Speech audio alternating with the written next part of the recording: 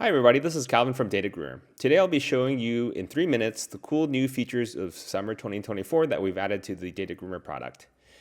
Right now we're looking at the DataGroomr default dashboard, and we now have a new component called the Data Quality Summary module. This Data Quality Summary module gives you a quick overview of the brusher datasets where you've associated data quality model against. If you look at these 3 brusher datasets for accounts, contacts, and leads, and you hover over them, you'll notice that in particular for the contact dataset, I now have a custom defined data quality model that looks at the records within this dataset. In this case, it's looking for marketing readiness. Additionally, as before, we also gave you the ability for you to monitor the validity inside of these brusher datasets as well. In order to create a data quality model, we go into Supervisor, and then going into Data Quality Models and clicking into the contact object. We're going to open this existing data quality model called Marketing Readiness.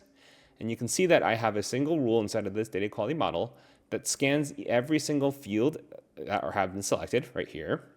And it determines whether these field values are equal or not. If they are, if they're not equal, we are going to increment the score by 100 and then finally create an average based on that. Additionally, in this release, we also added the ability for you to sync these data quality model scores back into Salesforce. So if we enable push to Salesforce and add in a target field such as marketing readiness, hit save, all these scores will now get propagated back into Salesforce as integers, and you can now use these scores inside of reports and dashboards, and you can also see them inside of the individual contact records as well. After we created these data quality model scores, they're now going to be visible inside our brusher. So if we go into contacts right here, you can see that there's a column for marketing readiness as well as a validity score like before. One of the things that we've added as well is now the ability for you to take mass actions based on these data quality model scores. So if you go into mass actions, you can now have 3 options: mass verify, transform, and delete. And you can now create a filter that filters on 1, validity, but 2, also on that custom score that we created, marketing readiness. And you can see, as before, it creates a preview of the number of records that fit this criteria.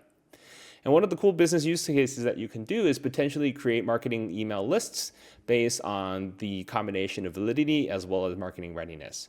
So if we go into this upper right-hand corner, hit export, you have the ability now to export these files as a CSV file.